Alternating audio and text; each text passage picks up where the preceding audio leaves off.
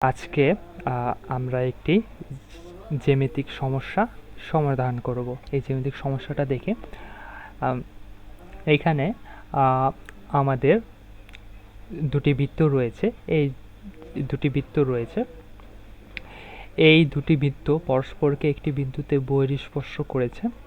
এখন আরেকটি সরলরেখা রয়েছে, যে সরলরেখা আপনার এই উভয় বৃত্তকে বহিঃস্পর্শ করেছে, দুটি ভিন্ন বিন্দুতে বহিঃস্পর্শ করেছে। এখন দুটি বৃত্ত আর স্পর্শকের মাঝে এই যে বর্গক্ষেত্রটা দেখছেন, এই বর্গক্ষেত্রের ক্ষেত্রফলটা আমাদের নির্ণয় করতে হবে। এই বর্গক্ষেত্রটা এরকম যে স্পর্শকের একটি বাহু, বর্গক্ষেত্রের একটি বাহু আপনার স্পর্শকের উপর আর বর্গের দুটি শীর্ষ বৃত্তের উপর অবস্থিত। এখন আপনার বর্গক্ষেত্রের এই ক্ষেত্রফলটা আপনার নির্ণয় করতে বলেছে। তাহলে আমরা অঙ্কটা শুরু করি। তাহলে আমরা কি করব, আমরা প্রথমে ধরে নিলাম যে আমাদের যে ABCD বর্গক্ষেত্র আছে চিত্রে, এই ABCD বর্গক্ষেত্রের ক্ষেত্রফলটা হচ্ছে আপনার, ক্ষেত্রফলটা না, আমার একটি বাহুর দৈর্ঘ্য A একক, আর আমাদের যে বৃত্ত রয়েছে এই বৃত্তের ব্যাসার্ধ হচ্ছে R একক। এখন দেখুন, আমাদের ও জে এইচ এফ জি ই, এই যে এইগুলো, এইসব যে আবার বলছি, আমাদের ও জে এইচ এফ যে আয়তক্ষেত্র রয়েছে, এই আয়তক্ষেত্রে আপনার ও জে জিই এফ এইচ এই বাহুগুলা পরস্পর সমান আর সমান্তরাল। আরও লক্ষ্য করুন, আপনার ও জেটাকেই ব্যাসার্ধ, আর আমরা জানি বৃত্তের সকল ব্যাসার্ধ সমান।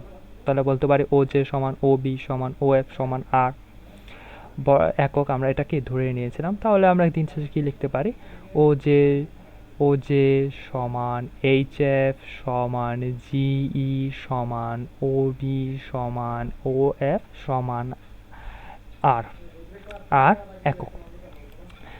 তারপর আবার দেখুন, আয়তক্ষেত্র ই এফ জি এইচে আপনার ই এফ বিসি জিএস এই তিনটি বাহু পরস্পর সমান আর সমান্তরাল। এখানে আপনার বর্গের এক বাহুর দৈর্ঘ্য আমরা কি ধরেছিলাম, এ একক। সুতরাং আমরা বলতে পারি বিসি আপনার সিডি ডি এ বি এই চারটি বাহুর দৈর্ঘ্যই কি এ একক। তাহলে বিসিও এ একক হচ্ছে। তাহলে বিসি সমান লিখতে পারি বিসি সমান ইএফ সমান জিএস সমান কি এই এ এককটা আমরা বলতে পারছি। এখন আরেকটা বিষয় লক্ষ্য করুন, আমাদের এ বি সি ডি বর্গে আপনার এজি আর এজি সমান জিবি, অর্থাৎ এবি রেখাংশ জি বিন্দুতে সমান দুই ভাগে ভাগ হয়ে গেছে। তারপর কি হয়েছে, এজি সমান জিবি হয়েছে। দেখুন, আমাদের এই বিজি সমান কি লিখতে পারি, সিএইচ। এখন এই পুরা বাহুর দৈর্ঘ্য যদি এ হয়, তাহলে এর অর্ধেক কত হবে, a/2, অর্থাৎ এজিও a/2, বিজিও a/2, একইভাবে সিএইচও কি a/2। তাহলে আমরা কি লিখতে পারি, বর্গক্ষেত্র ABCD থেকে আমরা দেখতে পাই বিজি সমান সিএইচ সমান a/2। আচ্ছা, তারপর আমরা কি লিখতে পাই, আমরা এই বিই, আমার এই সমকোণী যে ত্রিভুজটা রয়েছে ও বিই সমকোণী ত্রিভুজ রয়েছে, এই ত্রিভুজে ও ই বি হচ্ছে এক সমকোণ, অর্থাৎ এই কোণটা আমার 90 ডিগ্রি। তাহলে এই সমকোণী ত্রিভুজে আমরা কি দেখতে পাচ্ছি, এই বিই বাহুটাকে লিখতে পারি জিই মাইনাস জিবি আকারে, জিই এটা কি জিবিকে আমরা লিখতে পারি আর হিসাবে, আর জিবিটা আমরা কি লিখতে পারি a/2 আকারে। তাহলে আমরা মানগুলো বসিয়ে দিই, তাহলে বিই সমান কি দাঁড়াচ্ছে, আর মাইনাস a/2। আচ্ছা, একইভাবে আমাদের যে ও ইটা রয়েছে, এই ও ইটাকে লিখতে পারি ও এফ মাইনাস ইএফ আকারে। ও এফ হচ্ছে বৃত্তের ব্যাসার্ধ, তাহলে ও এফ এর স্থলে আর বসিয়ে দিলাম, ইএফটা কি হচ্ছে আপনার এই বর্গের এক বাহুর দৈর্ঘ্যের সমান হচ্ছে। তাহলে ইএফ সমান এ বসিয়ে দেই, তাহলে আমার ও ইটা কি দাঁড়াচ্ছে, ও ইটা দাঁড়াচ্ছে এ আর মাইনাস এ। তাহলে আমরা কীভাবে সমাধান করব আপনারা নিশ্চয়ই ধারণা করতে পেরেছেন। এখানে আমরা পিথাগোরাসের উপপাদ্য ব্যবহার করব, অর্থাৎ এই ভূমি স্কোয়ার প্লাস লম্ব স্কোয়ার সমান অতিভুজ স্কোয়ার, এটা দিয়ে আমরা সমাধান করব। তাহলে পিথাগোরাসের উপপাদ্য থেকে আমরা কি পাই, BE square plus O E square সমান ও বি স্কোয়ার। এখন আমরা মানগুলো বসিয়ে দেই, আমরা একটু আগে এই সব মানগুলো পেয়েছিলাম। এ ও ই একটা মান কি আর মাইনাস এ বসিয়ে দিলাম।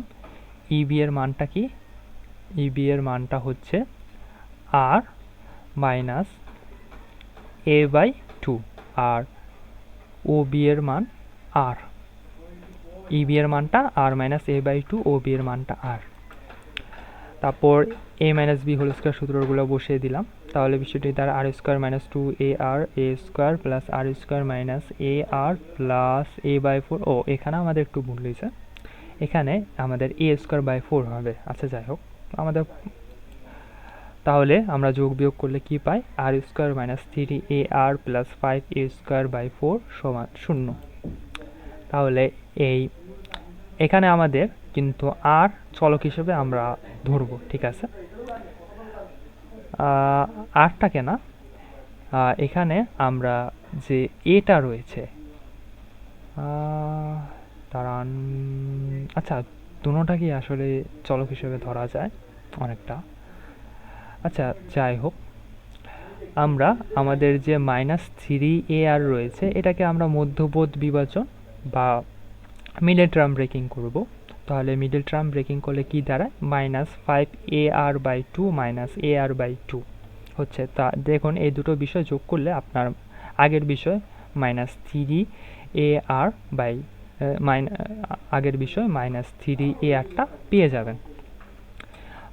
এভাবে যদি আপনি না বুঝেন তাহলে সরাসরি যে সূত্র রয়েছে, যে কোনো দ্বিপদী দ্বিঘাত সমীকরণ থাকলে ওইটা সমাধানের সরাসরি সূত্র তো আপনি জানেনই। যদি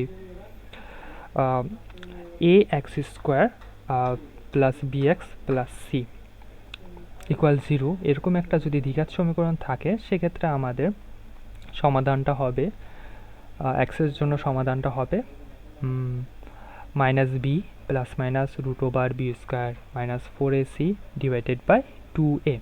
আপনি সেই সূত্র থেকেও করতে পারেন। আচ্ছা যাই হোক, আমার এটা ভালো লাগে, আমি এটা করলাম। তাহলে মাইনাস থ্রি এ আরকে ভেঙে লিখলাম minus five a r by two minus a r by two আকারে। এখন r square minus five a r by two, এখান থেকে আমরা যদি আর কমন নিই তাহলে বিষয়টি দাঁড়ায় r into r minus five a by two r minus a r by two plus five a square by four. এখান থেকে আমরা যদি minus a by two common নিই তাহলে বিষয়টি দাঁড়ায় minus a by two multiply by r minus five a by two.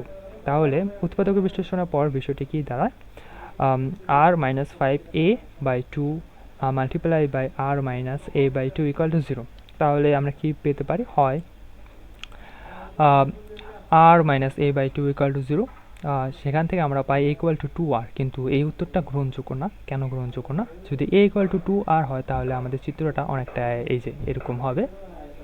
সেক্ষেত্রে আপনি স্পষ্টই দেখতে পাচ্ছেন এই বর্গক্ষেত্রটা আর আমাদের যে এই যে এরকম বর্গের দুটি বৃত্তের মাঝখানে এরকম থাকছে না। সুতরাং a equal to two r, এই উত্তরটা গ্রহণযোগ্য না। কাজেই আমাদের অ্যান্সারটা কি হবে, r minus five a by two equal to zero, এটা নিব। তাহলে এখান থেকে আমরা কি পাবো, a equal to two r by four. এখন আমরা বর্গের একটি বাহুর দৈর্ঘ্য বের করে ফেলেছি, তাহলে আমরা সহজে কি পুরো বর্গের ক্ষেত্রফলটা নির্ণয় করতে পারবো। তাহলে নির্ণয় করে ফেললাম। তাহলে আমরা কি জানি, বর্গের এক বাহুর দৈর্ঘ্য যদি এ হয় তাহলে বর্গের ক্ষেত্রফলটা কি হবে, এ স্কোয়ার। তাহলে আমরা তাই করলাম। সুতরাং আমরা কি বলতে পারি, বর্গের ক্ষেত্রফল এ স্কোয়ার, এর মানটা বসিয়ে দিলাম two r by four, first bracket close করে স্কোয়ার দিয়ে দিলাম। তাহলে অ্যান্সারটা কি দাঁড়ালো, ফোর আর স্কোয়ার ভাগ 25 বর্গ একক। তাহলে আমাদের অ্যান্সার কি দাঁড়ালো, four r square divided by 25 বর্গ একক। এখন এখানে বর্গ একক রয়েছে। এখন আমরা আমাদের অঙ্কটা যদি আমরা প্রথমে ধরে নিতাম যে বর্গের এক বাহুর দৈর্ঘ্য এত সেন্টিমিটার, বৃত্তের এক বাহুর দৈর্ঘ্য 8 সেন্টিমিটার, তাহলে সেক্ষেত্রে আমাদের অ্যান্সারটা আপনি স্পষ্টতই বুঝতে পারবেন। সেক্ষেত্রে আমাদের অ্যান্সারটা হতো 4r²/25 বর্গ সেন্টিমিটার। আচ্ছা, যাই হোক, এক্ষেত্রে আমাদের অ্যান্সারটা কি দাঁড়ালো? বর্গের ক্ষেত্রফলের অ্যান্সারটা দাঁড়ালো 4r²/25 বর্গ একক। এখানে আপনাকে একটি কাজ দেই। দেখুন, এখানে আমি কিন্তু অনেকটা বলে দিয়েছি যে বিজি সমান সিএইচ সমান এজি, মানে এজি সমান জিবি সমান সিএইচ সমান যে a/2টা লিখলাম। এটা কিভাবে হলো? এটা হলো আপনাদের কাছে প্রশ্ন রইল, ঠিক আছে? এটা স্পষ্টতই দেখা যাচ্ছে যে এজি সমান জিবি সমান সিএইচ সমান কি লিখতে পারি আমরা? a/2। এটা কেন হলো? এটাই হলো আপনাদের কাছে প্রশ্ন। আশা করি আপনারা বিষয়টা বুঝতে পারবেন। যাই হোক, আচ্ছা, আশা করি সব ঠিকঠাক রয়েছে। আপনাদের মূল্যবান সময় ব্যয় করে দেখার জন্য ধন্যবাদ।